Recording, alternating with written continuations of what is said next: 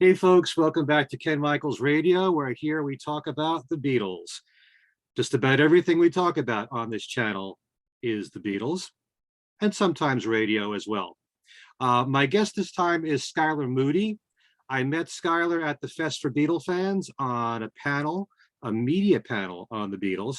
And I always think that it's important here on my channel once in a while to invite people of the younger generation who are big Beatle fans, especially those in the media who have their own shows, to have them come on, talk about the love of the Beatles and the work that they do. And so in the past, you've noticed I've had Ethan Alexanian on the channel, Sam Wiles, people like that. And so Skyler is pretty much in that same category. She recently started a channel on TikTok, which she devotes to conversations about the Beatles. So Skyler, welcome to Ken Michaels Radio. It's a pleasure to be here, Ken. Thanks for having me. Let's just start by talking about TikTok, because those of us from an older generation may not be familiar with TikTok and what exactly it is, Right. although I've enjoyed the sketches on Saturday Night Live where they make fun of it. But tell us about TikTok, what exactly it is, and what exactly you do on the channel. So TikTok as a whole, it's a platform where people can go on and they can create short form content, anything that's from a 30-second video to a 3-minute video, whether it's funny content, whether you're posting videos with your friends, if you're posting dancing videos, if you're going on to talk about a certain topic, you can post anything you want. And I mean, I think it's really good for the younger generation having that short form content because we've got short attention spans. So it's not something you have to really sit through for a long period of time. You can just scroll endlessly. And over time, the more content that you like, TikTok kind of caters you more content towards the stuff that you're liking. So if I was on there liking a lot of Beatles videos, they'd notice that and they'd start giving me more Beatles videos. And you can always put hashtags in your description to kind of have people be able to see your videos if they're looking through a certain hashtag so that they get more of an understanding of what they're looking for. And with me on TikTok, I've been starting to post a lot of Beatles content. I started predominantly last summer after I graduated college because I finally came home and I realized, oh, I have all this free time. And, this is something I was starting to get into a little bit during the school year, but I didn't have so much time to devote my entire week to because I had to worry about school. So when I finally came home, I started making content about the Beatles, whether it was taking funny stories from the fandom that everyone knows and kind of making videos about that, or I really started talking about my personal story as a fan and kind of sharing my insights about the Beatles, what it's like to be a fan in the younger generation. And I've started posting more frequently as the months have gone on, and I've gained a pretty big following. I have 10,000 right now, almost 11,000, and it's been crazy just to be able to connect with mainly younger fans, but also some older fans on there as well. You kind of get a taste of both sides. So it's pretty interesting. Yeah, it's very important to me to know what younger Beatle fans are thinking as far as their catalog, what they did as a group, what they've done as solo artists. So with anywhere from 30 seconds to 3 minutes, you can't really get in depth. Would you consider everything like light entertainment, or can you really, can you learn a lot about it? You can definitely learn a lot. It's just more about, since you can only post 3 minutes maximum, if I was going to post a video talking about a specific part of Beatles history, you just have to learn how to condense it and try to get the most important facts in there, what you really want people to see. It's not like YouTube where you could just talk endlessly. So I think through me being on TikTok, I've learned how to do that. I've learned how to kind of get my point across in a quick, efficient way, and it's been working well so far. Hey, listen, I have a background in radio where they want you to be concise. Yeah, that's what it's all about. Yeah, you have a YouTube channel, you can talk endlessly, and some podcasts have done that. Yeah, exactly. So some people like the freedom where you can go on and on and on about a topic. Some people like when you can condense it down and say whatever you have to say in just a few minutes. It's all personal preference. Yeah. Some of the videos that you posted on the Beatles specifically, are there some that stand out about what's said about them? In terms of reception, you mean? No, in terms of content, something that you learn about them that's really interesting. Well, I mean, most of what I've learned about the Beatles didn't necessarily come for anything I see on TikTok that's posted about the Beatles. I've already heard in the past, whether I've like read something in an article or seen another YouTube video about it. But sometimes with all the information you get, you kind of push other bits off to the side. Like it kind of all just meshes in together over time, over the years. So I'll see a video and think, oh yeah, I remember that story. Or I'll see someone making like a funny sketch or just funny video about a specific part in Beatles history. And then I'm like, oh yeah, I remember learning about that. And, it's just kind of like a frequent laugh every now and then, a little trip down memory lane. So I like that a lot. Yeah. And one of the things that I've learned through the years is that certain facts about the Beatles and their history, you can't just assume everybody knows it, even though it's Right. been said quite frequently. So yeah. When did your love of the Beatles start? It started when I was 15. I was a sophomore in high school, and I had just been starting to get into music history a little bit in general, kind of realizing like, oh, I love learning about different artists from the past, the impact that they left on the world. That's all really interesting. And I found out they were offering a semester long music history class at my school, which I almost didn't get into. And thankfully, at the last minute, it was put in my schedule. And about halfway through the class, my teacher finally started talking about the Beatles. And of course, I went into it thinking, oh, yeah, like I know who they are. I've heard the names, I've heard some of the songs, I wasn't completely turned off to them. I had parents that grew up with them that played them throughout the house when I was a kid. So I was vaguely familiar. But then he played us their first movie, A Hard Day's Night. And I started to hear more of their songs that I hadn't heard before. And I was thinking, this is some really good stuff. I really like this a lot. And even just seeing their sense of humor come to life on the screen, I was thinking, who are these guys? Have I been missing out on this entire time? Mm. And then over the course of the weeks following, I started thinking, I'm going to listen to them a little bit more. Oh, I'm going to go online and watch this video. Or, oh, I want to rewatch that part in A Hard Day's Night again because that was funny.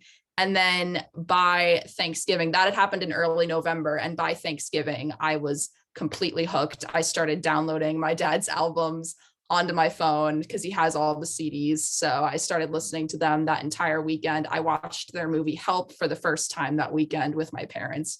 And it just really took off from there. And now here I am 7 years later. I didn't think I'd still be talking about them today. I thought that this obsession was going to last a year at the most, because at the time, that's what it was for me. I'd get into a new music obsession every year. And I thought, oh yeah, the Beatles, this is just the next one. And then another one's going to come along. But no, these guys are here to stay. And I think that's how it is for all Beatles fans. As you were discovering their music, were you enjoying, say, the current music of the times, or were you basically always liking past music? I was enjoying the music of the times. I was always listening to kind of like the top 40 pop hits growing up. So that's kind of weaned away over the years. But at the time in high school, I was still very much into that. I was also a very huge Justin Bieber fan at the time too. So that was a weird combination, being in love with Justin Bieber, being in love with the Beatles, and people would see that and think those are complete polar opposites. How do you do it? And I was like, because I grew up with Justin. Now the Beatles are coming into my life. Why can't you love them both? I would say I still love Justin, not as much as I did back when I was younger. It's calmed down over the years, but yeah, it's always been a mix. What was it about the Beatles music that was so appealing to you? Because you're dealing with, as a band, in a very short period of time, so much change. I mean, the same Exactly. band that did Love Me Do in 1962 are doing A Day in the Life in 1967. And as I've said several times here on this channel, it's like they're two completely different bands, you know? Exactly. I think that's what I did like about them. I think I liked the variety, because I remember that Thanksgiving weekend when it finally hit me and I downloaded Sergeant Pepper onto my phone. And I remember just sitting in my room, kind of doing some work. I had the album playing in the background, and all of a sudden Being for the Benefit of Mr. Kite came on. And when it got into that instrumental break in the middle of the song, I remember I completely stopped what I was doing. And I thought, this is the Beatles? Like, I've never heard anything like this before, because I was always used to like the early 60s hits. I never dove into their later music. So hearing that for the first time, I thought, oh my gosh, they were able to do Love Me Do, and then they were able to switch to this psychedelic new sound. I never had heard anything like that before. So I think that was what was really appealing. Is there any one particular period of their time as a group that you find most fascinating? Because they could all be fascinating. I would say definitely the later Beatle years, because that's when things were starting to get intense. Like they were kind of starting to split off into their own sound, their own looks and everything. But in general, I've always been fascinated with how their later music sounds. That's always been more appealing to me than the early years, because I feel like towards the end of their time, you really start to see their true artistic sides come out. You know, they're not the four boys who all dress alike. They all got the mop tops. They're only writing music essentially to play to a crowd, because when they stopped touring and they got into the later years, they were able to experiment more. And I thought, you know what, like that's pretty cool, because then you get to see their true artistic sides come out, what they were really thinking, what they really want to get across that they couldn't when they were performing. Well, you could always make the argument that everything they did was artistic from the very beginning, but That's they true. changed so much in their lyrics. In the very beginning, if you follow what Paul has said, they were thinking about the next hit. This is going to get us a swimming pool or a new car or whatever. But Yeah, they always cared about the product, no matter what they put out. exactly. So, but their music became gradually more and more complex. Right. And that's what's always been fascinating to me. Yeah. So even with something like, say, the White Album, where you can My hear favorite. that there's individual tracks or not four Beatles on every single song, you found that to be very interesting, or was Yeah, that?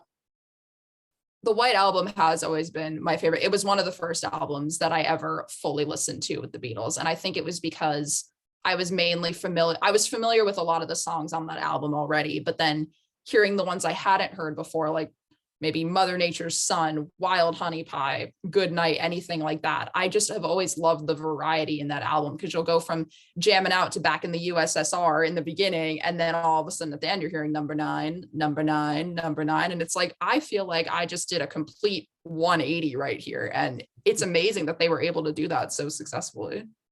Yeah, I've said it many times. To me, the White Album is the most diverse body of work that any band has ever put out. I You agree. know, and such opposite extremes, like you said, a 180. You know, to go from Helter Skelter to Honey Pie in the same breath. Yeah. And then Revolution Number 9 or something like that. It's pretty remarkable what they pulled off. And Yeah, they were able to do it just well, and they're legends because of it. yeah, is there any one Beatle that is a favorite of yours in terms of the John. music? John has always been my favorite. I mean, I would say probably Ringo was my favorite for a week when I was first getting into them, just because I thought, oh, he's the funny one. He's the goofy one. I like you. And then George was my favorite for probably a month or so. But then when I started really getting into John's life, I was most familiar with his solo music because I heard that around the house growing up.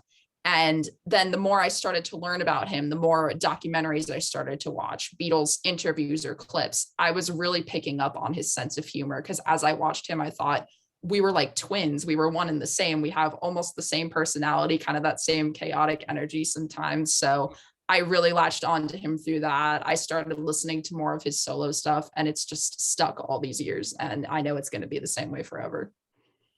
Yeah, it's interesting you bring that up, because one of the many reasons why we love the Beatles, though it isn't often brought up, is their sense of humor for all Yeah. four of them, and how magnetic they were on camera in their movies and interviews. And yeah, Mhm. John certainly had a wacky sense of humor.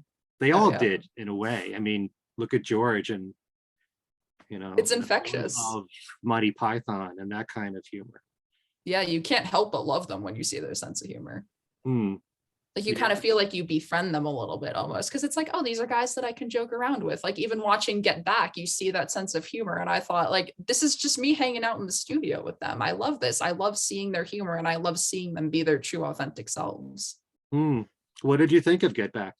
It was incredible. Like literally, like I said, going into that, I felt like every part that I sat through, I thought, I'm just sitting here on the sidelines. Like I'm hanging out with the Beatles. I've known them all this time, but this is the first time that I'm meeting them. And I get to see the process go from, they went from nothing to something all within the span of a couple weeks. And I felt like almost a proud mom kind of watching them at the end with the rooftop concert, because I was thinking, they were deep in a hole trying to get this album put out. Like in the beginning, they didn't know what they were doing. You had all the tension building up, and then George left the band, and you're thinking, oh my gosh, like I obviously know how they're going to get out of this, but also at the same time, you're thinking, oh my gosh, how are they going to get out of this? Because you've never seen it on camera.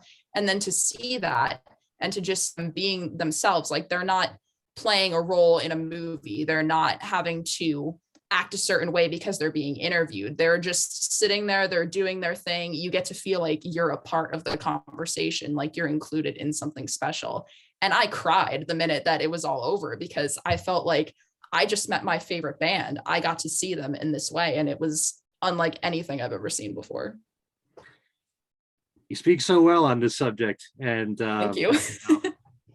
I'm so fascinated in this documentary, and every time you watch it, you pick up something that maybe you hadn't seen before. And when you're observing a band on a day-by-day basis, and you're seeing the changes in their relationships with each other, it's just so fascinating, and it's so real. It really is. And unfortunately, we don't have this kind of footage with every Beatles album. And Yeah, what I we're wish there going through. was. Yeah. Like, I wish there was something like that for the White Album, because even though that was a tense time, that is my favorite album. And I'd love to see how they put that all together, because that would just be fascinating to me. Yeah, they'd all be fascinating, I think, every single album. Take a look at Revolver and all the changes they made Yeah. in that album. And you know, if you had camera work showing a few months of them in the studio and doing all these different styles of music, I mean, they were really diverse as a band from the very beginning, but they were growing so much by this time with Revolver, Sgt. Pepper, and the White Album. And if we could have seen something like that on camera with every album, just imagine. And that's part of the appeal of watching Get Back, is that we haven't seen anything like this before, and almost 8 hours of it so Yeah, far. I'm so glad that we got the 8 hours, because I know originally it was planned to be a theatrical release, probably only 2 hours maximum. But then Right. when I heard, oh, it's going to be 3 parts on Disney Plus, I don't think it could have been done any other way. I think what Peter Jackson did with that was brilliant, because I would not have had that same emotional reaction, that same feeling that I do, feeling like I met them, if I had just sat in a movie theater for 2 hours and watched it, because I would have walked out thinking, oh, that was really cool. You know, oh, I got to see some of the album put together. But with the level of detail that you can go into in a 3-part documentary, you really get that emotional reaction. Like, I felt an even bigger connection to them than I ever had before from that. And I'm so thankful that we got it in the way we did. Yeah. I don't know if you know, but on one of the podcast shows that I do, Things We Said Today, we interviewed Peter Jackson. Yes, It I was heard about that. 4 hours long, and he revealed that it's really because of COVID that the documentary was as long as it was. Yeah. So in Yeah. a way, you got COVID to thank for that. I never thought I'd be saying that about anything. No, if there was any benefit at all, Yeah. you know, at least we got more and more footage of the Beatles this way. Have you listened to a lot of the Beatles solo stuff? I know you said how much you like John's. John predominantly, mainly because it was like I was already familiar with him already, so I was more willing to get into his solo stuff. George, I've been listening to a lot of. I've been listening to All Things Must Pass a lot more lately, and just really truly appreciating it. And then other than that, it's kind of like different songs here and there from different albums.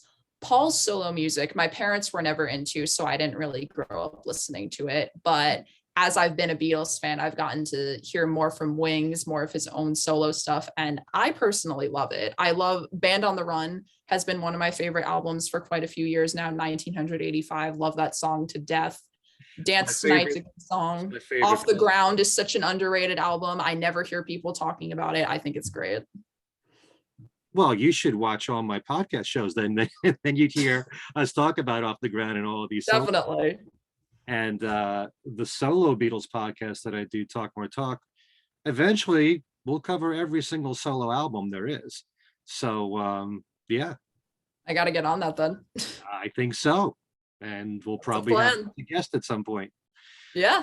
But, yeah, that's very interesting. And you'll find quite possibly that over the years your taste will change. Certain albums that you didn't think much of early on, you like a lot more now. Maybe a certain Beatle that you didn't think much of early on, you like more now. There's It's no already way to know. starting.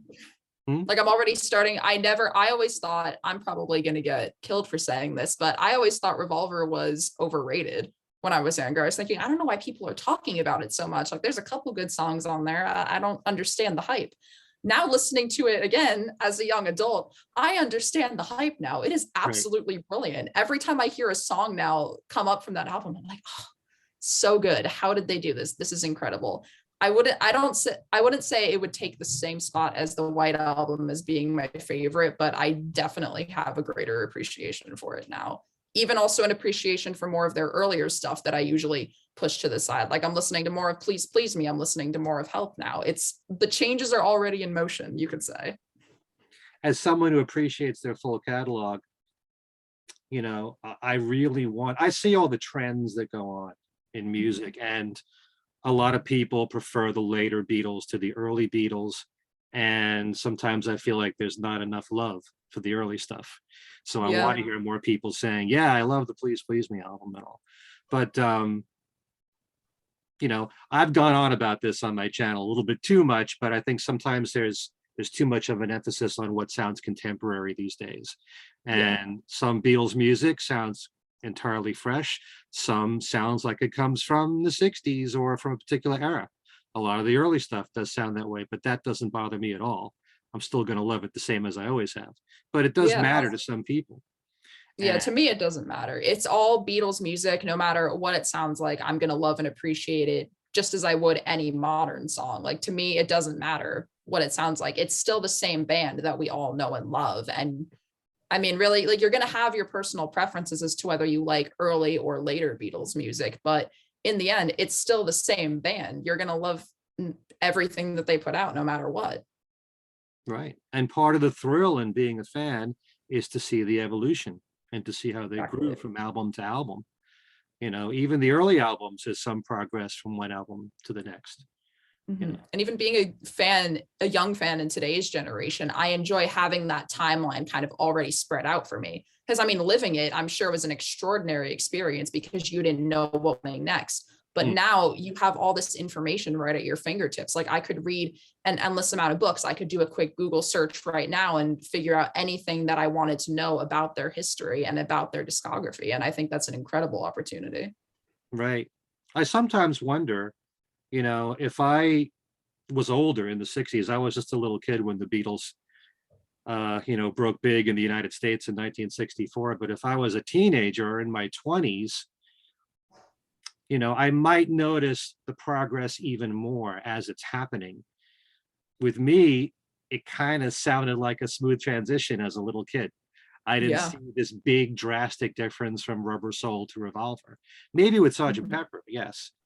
But there could be a number of reasons for that too, having the American albums to go by as opposed to the British ones, Right. you know. So yeah, there's some good to be said about being part of that generation that experienced it as it happened. And then there's also Mhm. benefits if you were born later. And Exactly. yeah, and but I kind of miss, in fact, I did as a little kid. I heard the music chronologically as it came out. A lot of people today can just be thrown anything by the Beatles together from any period, Yeah, that's how I and started listening to them. what's that? That's how I started listening to them. I didn't have to be chronological. I was like, oh, I want to listen to White Album right now. Please please me later, then I can do that. And it's great. And even streaming, it's like it's all right there. It's not like I had to go out and buy a record or anything. Well, I mean, I have now as the years have gone on, I've bought all their records, but just the ability to have them ready to go, like at the press of a button, and I don't have to listen to anything chronologically. It's Right. interesting. You have a different experience. Like when you are listening to it chronologically, you get the story. Like if you're listening to Sergeant Pepper or the White Album, it kind of all blends in together and tells a story. But even having that ability to kind of mix and match and fit whatever your preferences are, it's great. Well, that's one of the great things about that catalog is that you don't have to listen to it in a particular order. You can throw any songs together you want, and because of the strength of the music itself, that's what carries the catalog. Exactly. Yeah. Have you found a lot of people in your age bracket discovering the Beatles now? Oh yeah. In person, I've had only a couple of friends, a handful of friends that maybe really truly love them as much as I do, or just have a greater appreciation than most. But mainly people that I've been seeing my age who have that same level of love and passion for them as I do are all online. They're all on Twitter, they're all on TikTok, Facebook, Instagram. Like I've gotten an influx of 14, 15-year-olds following my account. And I'm thinking, oh my gosh, that's where I was when I started. Like, it's incredible that there's still people out there that are still discovering them the way I did. And it's great. And I love being able to converse with people my age, because I'm used to talking to adults a lot about this kind of stuff, about the Beatles. But then when I'm seeing people my age and they kind of see the Beatles in almost a different way, and we're kind of experiencing it together, you get a whole another door opens where you just get to talk to people that love them the exact same way that you do. Mm. Are they discovering them in much the same way like you, with all the music being thrown together instead of chronological? I would say it's possible, either that, or maybe they've also had parents that have grown up with the Beatles and they kind of discovered it through that. Or maybe some people like to rebel a little bit. Maybe their parents didn't grow up with the Beatles and they're like, oh, I don't like any of that rock stuff. And maybe they're saying, oh, well, you know what? I'm going to take a listen. I'm going to see what that's about. And then they discover a whole new side to music that they didn't know about or didn't think they'd appreciate. And I mean, no matter what their origin story is, it's just great to see other people my age. And then you get to know that you're not alone. And having social media has been a huge benefit for that, because otherwise I'd probably think that I'm crazy, you know? Hmm. Do you find that a lot of the people your age, or those who make the videos for TikTok, that they're discovering a lot of other older music, or are they singling out the Beatles?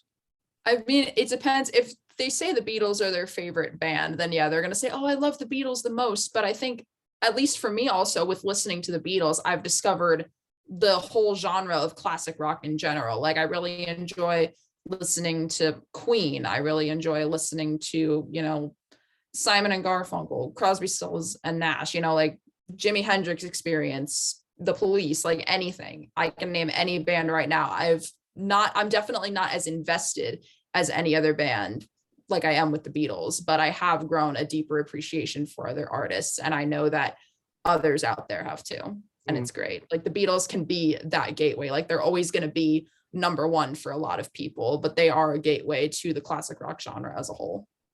That's great. Just to know the Beatles led you to these other artists still, you know, and it's not just for the people who grew up with them. Exactly. Yeah. So what we're going to do is, in my description box, if you can provide a link for people to check out your channel, I would Absolutely. invite all them to do that. And this has been wonderful having this conversation with you, Skylar. It's And been I learned great. a lot about your feelings about the Beatles, and we got to keep spreading the word. Definitely. We are the next generation. We're getting the torch passed to us. And the more young Beatles fans that come out there and speak about their love and share that passion, the better. Yeah. And, you know, as I've gotten older, I've come to realize how, and because a lot of this is from my radio upbringing, unless young people discover old music, and it doesn't have to be the Beatles, it could be anything. It could be Elvis Presley, it could be Frank Sinatra, it could be big band music, you know, it could be Queen, Elton John, whatever. Unless they're introduced to that at a young age, unless you have new audiences, then that catalog is gradually going to die out. So it's always important to have people, whether my age or younger like you, to introduce these catalogs to people. So for that, I thank you. Absolutely. And keep up the good work. I intend to. I'm going to keep going. I'm going to pass that torch on to the next generation. And hopefully it's just going to continue, because the Beatles legacy is going to last forever. I know that for a fact. I certainly hope so. It's Okay. in good hands. Don't worry. All right. Thanks so much, Skylar. Thanks to all Thank of you for you. watching. And we'll see you next time. We'll see you.